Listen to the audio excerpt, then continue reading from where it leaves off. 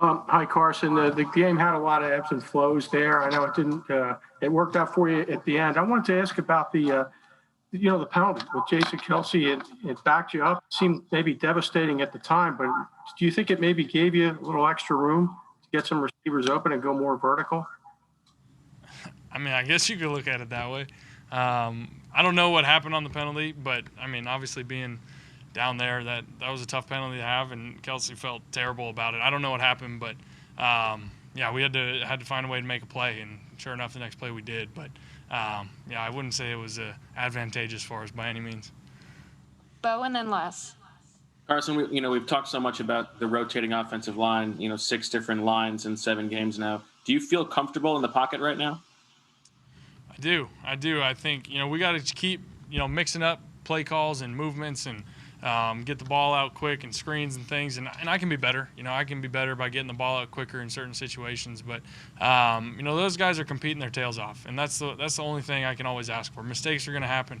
That's what I always say. Guys are going to drop passes. I'm going to throw interceptions. Mistakes are going to happen, and those guys are going to make some mistakes up front too. And so as long as they keep coming back and they're resilient, keep fighting, and that's what I've seen every week now. So I'm proud of those guys and the way they just keep coming along, even when they make mistakes. Les and then Zach. Hi, Carson. Can you tell us about the touchdown throw? What you saw, and what it felt like to see Boston end up on the inside of that pylon? Yeah, I mean, it was. He wasn't the primary read on that play, and the way it happened, I stepped up in the pocket, and the guy had pretty good coverage. But giving Boston a chance there to make a play, and he did. I mean, he plays bigger than whatever he is, 5'7". He plays bigger than that, and he made a great play. And I was pretty surprised we pulled it off. When I threw it, I thought it was a little high, but he, like I said, he plays bigger than he is, and obviously there was a lot of emotions there. It was kind of a big.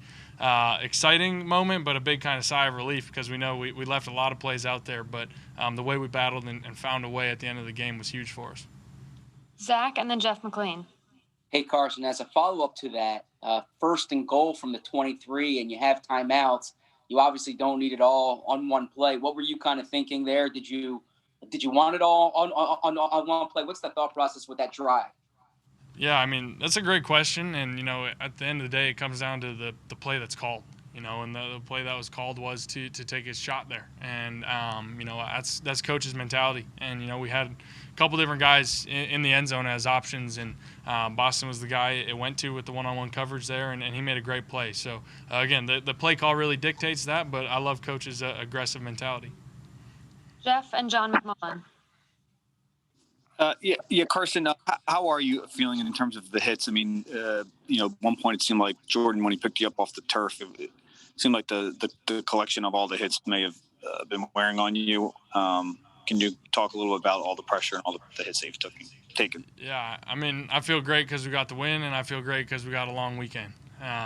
Those are the things I feel great about. I mean, anytime you play 2 football games in whatever it's been 4 or 5 day stretch, it's tough. It's tough on your body, but the fact that we got a win, the fact that we got a little time off, the body will be just fine. John and then Martin. Hey, Carson, it looks like you spread the football around quite a bit today. We've been talking about your kind of immediate chemistry with Travis Fulgham today. Richard Rodgers had a lot of success. What is it about these guys that makes you trust them so easily? Yeah, I mean, a guy like Richard, he's been here before, and we've had a lot of banked reps over the years and worked together. And he's a smart football player. He's been around, been in this league for a long time, and anytime you play a team like the Giants that plays that style of defense with a lot of zone coverages, Richard's a really smart guy and knows where he needs to be and what timing he needs to be there. And so I thought that was advantageous for us, the way they played for Richard to get open, and Greg and Travis and all the guys. Like you said, we really spread the ball around well tonight. And, that's the type of offense we need to be, and guys will keep making those plays. Martin and then Ed Kratz. Hey, Carson. You started that comeback in late in the 4th quarter with the long pass, John Hightower, and it's kind of the 2nd week in a row that you've hit him with a 50-yard pass or more. Just what kind of connection are you starting to develop with him, and how clutch was that play to Hightower considering the stakes at the time? Yeah, I mean, you hit it on the head. It was clutch. It was a huge play in that moment. I believe we were down 2 scores there, and backs against the wall. And John, he keeps putting his speed on tape. He keeps showing up that he can run by defenders and do some things well. And so I'm going to give him and all these guys opportunities down the field when the play call dictates it. And so he made a great play tonight. And I thought he was about to spin out of that and score, but it was a huge play for us. And he's going to keep getting better and better. And I like what I see a lot from him. Ed Kratz and then Mike Luongo. Hey, Carson, you said that Boston wasn't the primary on that touchdown throw to him. Who was the primary? I mean, what was the progression there? There's a couple different options. All the guys were, not all the guys, but a lot of them were breaking into the end zone. And just the way it kind of played out, they kind of had bracket coverage on a couple guys, and Boston had one-on-one coverage there down the sideline. So, again, it wasn't necessarily he was the primary, but find the guy that has the one-on-one coverage when they play that type of matchup. And we did, and we obviously hit big on it. We have time for 2 more, so we'll go Mike and then Chris Murray. Carson, you've engineered a lot of these fourth quarter touchdown rallies, and just what kind of changes in your mind frame when you're able to do this? You did it last week against the Ravens, and the time before that against the Niners as well, and last year as well. Is there any kind of changes in your mindset? And also, what does a game like this do to your team for the rest of the season?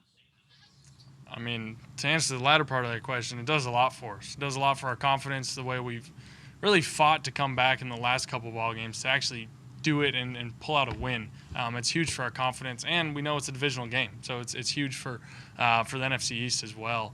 As far as the other question, I mean, we'd love to not be in those situations where our backs are against the wall. You know, we left a lot of plays out there.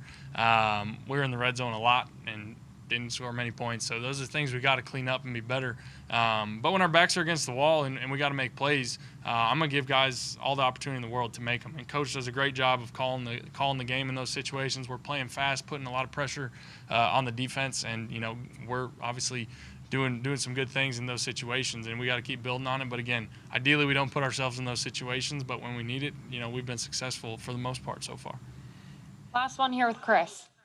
Yeah, Carson, given all the frustration you had with the offense at times tonight, what did you tell your team when you guys were down 21-10 and you had to kind of overcome and get them back on track to win the game?